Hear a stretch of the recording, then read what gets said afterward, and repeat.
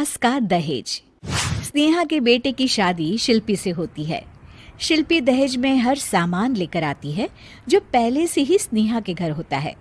ये सामान स्नेहा के पापा ने उसे दिया था। अरे शिल्पी, मेरा टीवी क्यों हटाया? क्यों हटाया मतलब? अरे बड़ा और अपडेटेड टीवी है ये। स्नेहा को गुस्सा आता है और वो शिल्पी के बड़े टीवी के बगल में अपने पुराने जमाने का टीवी भी रख देती है। बड़ी आई अपडेटेड वाला। अरे बहुत सारी तेरी जैसी बहुओं को जानती हूँ मैं, जो घर से लाए सामान का रौब दिखाती है। ये ना समझ के हम भिखारी हैं। देख ले, हमारे पास भी टीवी है। ओहो, जो करना है वो करो। कोई मेहमान आएगा तो हंसेगा कि एक ही जगह दो दो टीवी।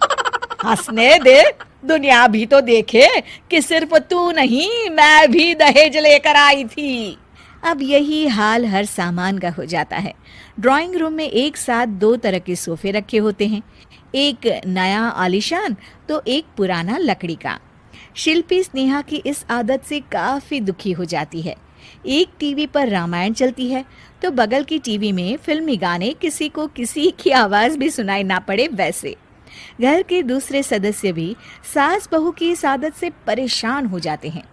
एक दिन स्नेहा की बहन उसके घर आती है और घर का नज़ारा देखकर हैरान हो जाती है। कहीं पुरानी फ्रिज के बगल में, कहीं नई फ्रिज, तो कूलर के ठीक ऊपर एसी। अरे स्नेहा, ये तूने घर की क्या हालत बना रखी है? बहू रानी, तू तो नए जमाने की लड़की है, फिर घर को कबाड़ी बाजार सा कैसे सजा रखा है? नया फैशन है क्या? देखिए ना मौसी, माँ जी अपना पुराना सामान निकालना ही नहीं चाहती। वो सोचती है कि उनका ही सामान घर में रहेगा। अरे बहन, तू इस मामले में ना बोल तो ही अच्छा है। मैंने बहुत सी बहुओं को देखा है अपने लाए सामान पर सास को धौंस दिखाते, और मैं भला किसी की धौंस को क्यों सहन करूं? मेरे पास तो सारा सामान है, और वैसे भी क्या कहते हैं, ओल्ड इज गोल्ड। अब क्या था, शिल्पी ये सुनते ही भड़कती है और जोर जोर से चिल्लाने लगती है। वाह माँ जी वाह, जरा अपना सोफा तो देखिए, ऐसा लग रहा है खुदाई से निकला है लकड़ी का।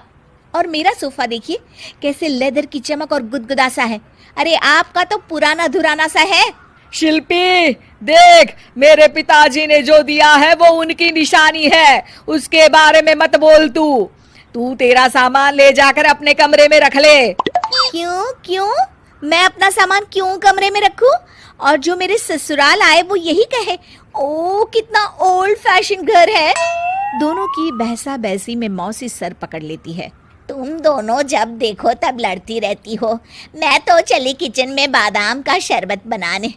सुन, बादाम का सिलबट्टा जो मेरी माँ ने दिया था उसमें पीस लेना। तो शिल्पी बोल पड़ती है, मौसी कसम है आपको, आप मेरे पापा की दी मिक्सी में ही बादाम पीसिएगा। खैर, मौसी तो जाती है किचन में, लेकिन ड्राइंग रूम में सास बहू की बहसा बहसी जारी रहती है। तभी शिल्पी को गुस्सा आ जाता है और वो अपने पापा के दिए सोफे पर जाकर जोर से बैठती है, लेकिन तभी सोफा जोर से आवाज कर टूट जाता है। हे भगवान, ये क्या हुआ? ये सोफा कैसे टूट गया? बेटा, अब समझ में आया ओल्ड इज गोल्ड क्यों कहा जाता है। टूट गया ना तेरा सोफा। तभी किचन से जोर से आवाज आती है और मौसी काली पीली होकर किचन से बाहर निकलती हैं। शिल्पी, तुम्हारी कसम के चक्कर में मैंने बादाम के लिए मिक्सी का उपयोग किया था, लेकिन जैसे ही प्लग ऑन किया, अरे मेरा ये हाल हो गया। और भरोसा करो आजकल की चीजों पर।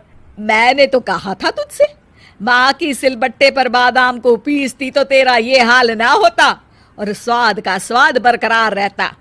अरे जब सब चीजें घर में थी तो क्या जरूरत थी तेरे पापा को सामान देने की? वैसे भी बहू, आजकल दहेज वही मांगता है जिनकी खुद की काबिलियत नहीं होती। आप ठीक कह रही हैं माँ जी। मेरे लिए ये सौभाग्य की बात थी कि आप लोगों ने पापा से कोई डिमांड नहीं की थी, लेकिन मैं आपको समझ ही नहीं पाई। मुझे माफ़ करिए। अब इस घर में नई चीज़ तभी आएगी जब पुरानी खराब हो जाए।